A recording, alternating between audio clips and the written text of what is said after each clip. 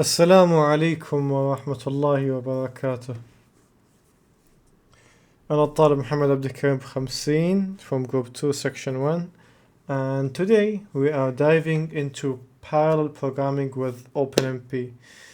Specifically, we are going to master the concept of data sharing and synchronization clauses, as stated in the title obviously. These are the building blocks of that determines whether your parallel code runs efficiently or crashes due to memory errors.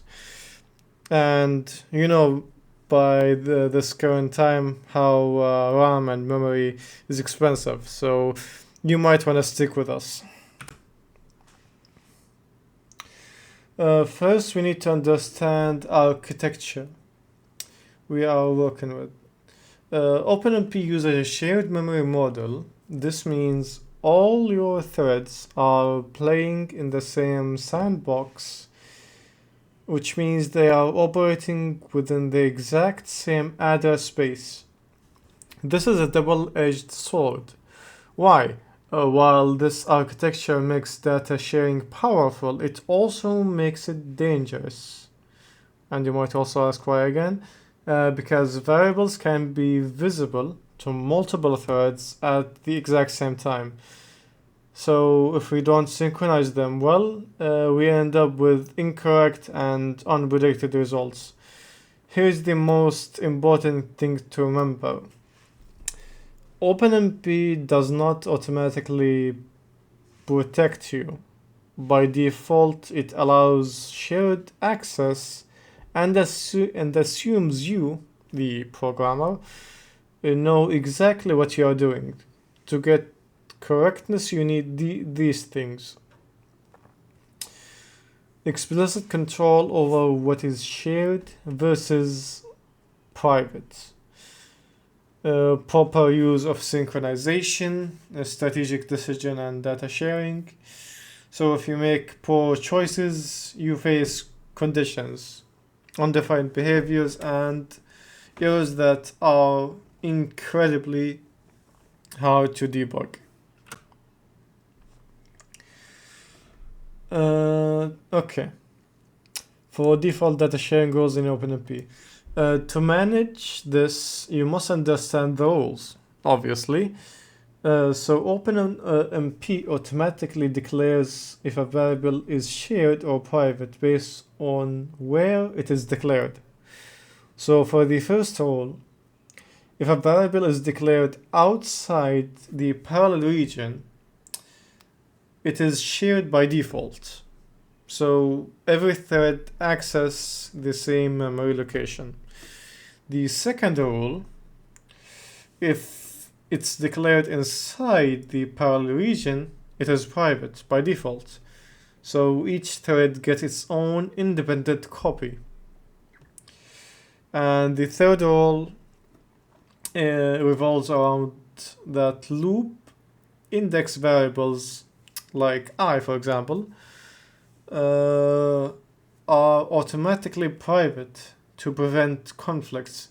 But be careful, excessive use of shared variables can cause contention and actually might hurt your performance overall. So try to be careful on this one. Okay, let's look at a code example. So here we have X and Y are declared outside, as you can see here.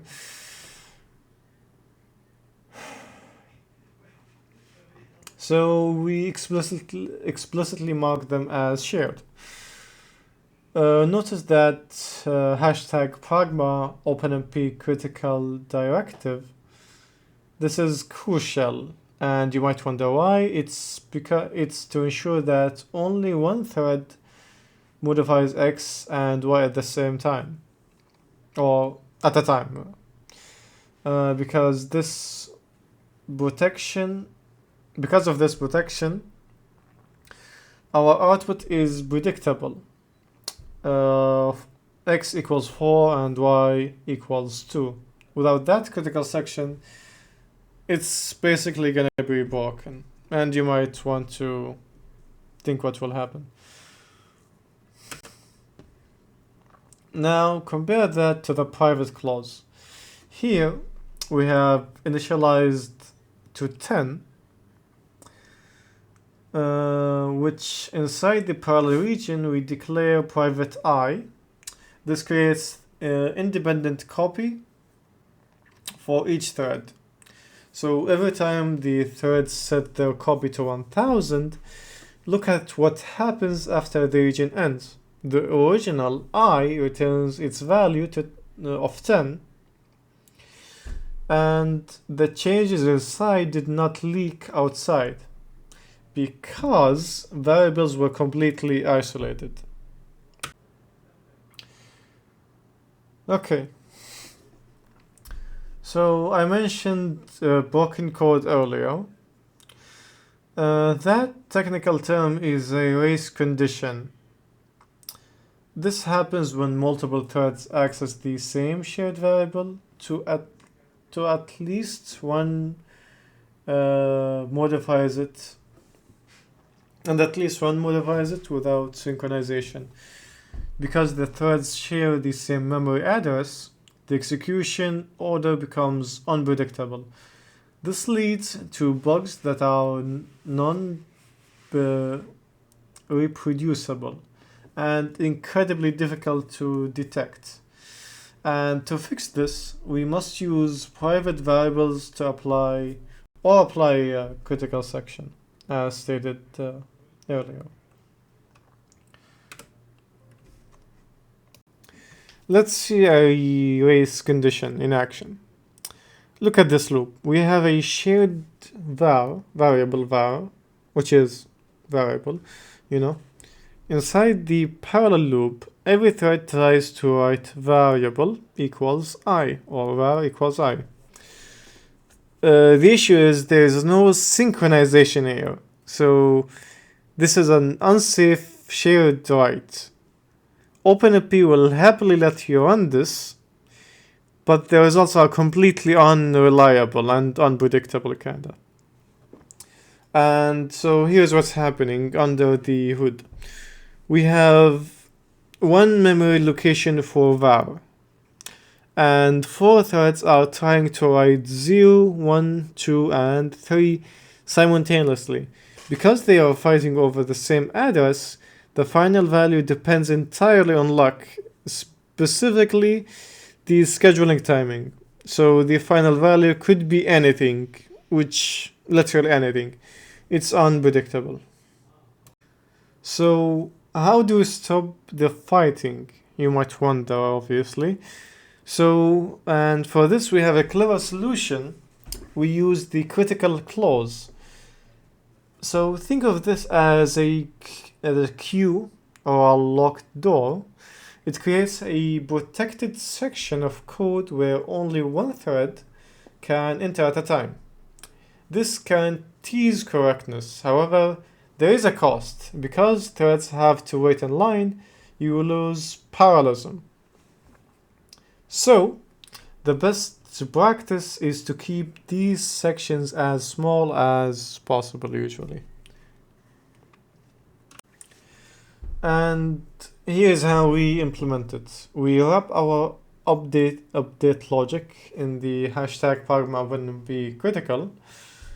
Inside this block, we are printing text and updating x and y. Even though multiple threads want to run this, the system forces them to execute this block one by one. So let's trace the execution.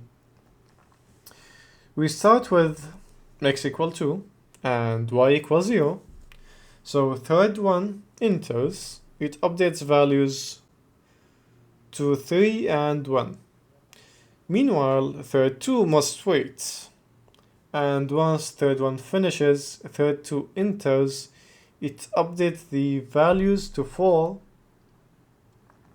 Because they took turns, our final result is consistent and usually correct. It must be correct.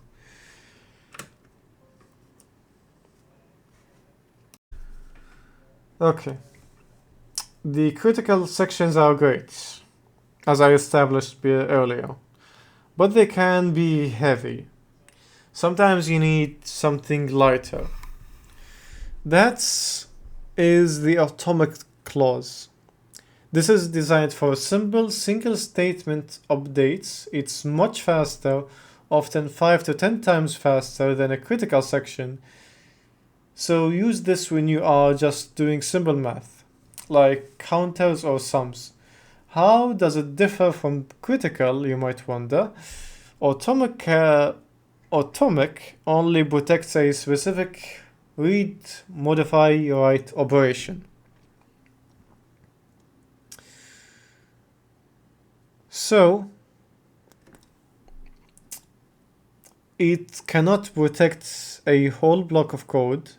It only works for simple operations like increment, decrement, or assignment.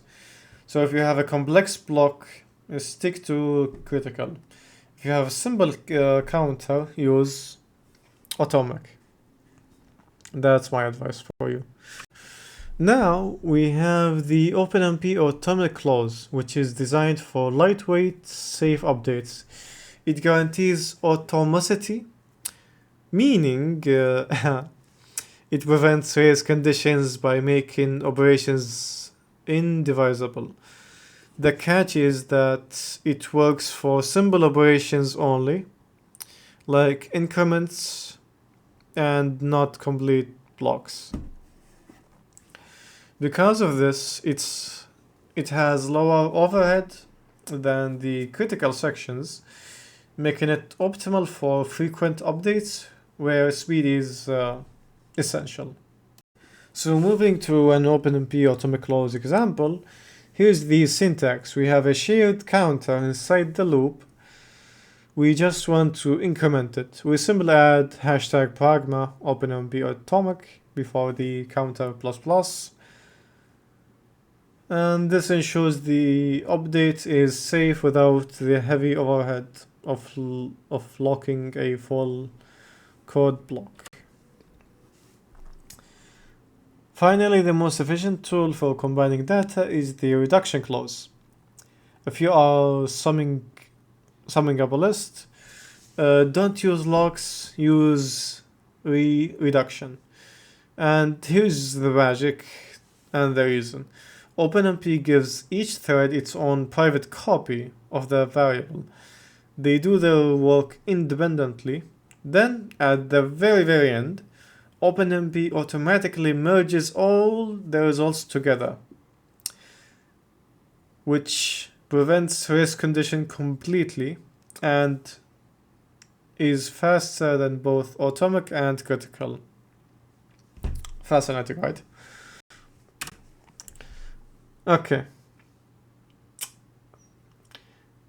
Now with the reduction clause code example, look at how clean this code is. It's very clean, very short.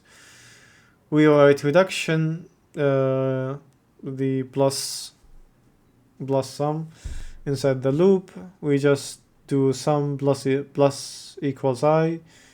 We don't need atomic or critical here. OpenMP handles the private copies and the final additions for us. This is the optimal way to handle accumulations. It's very simple.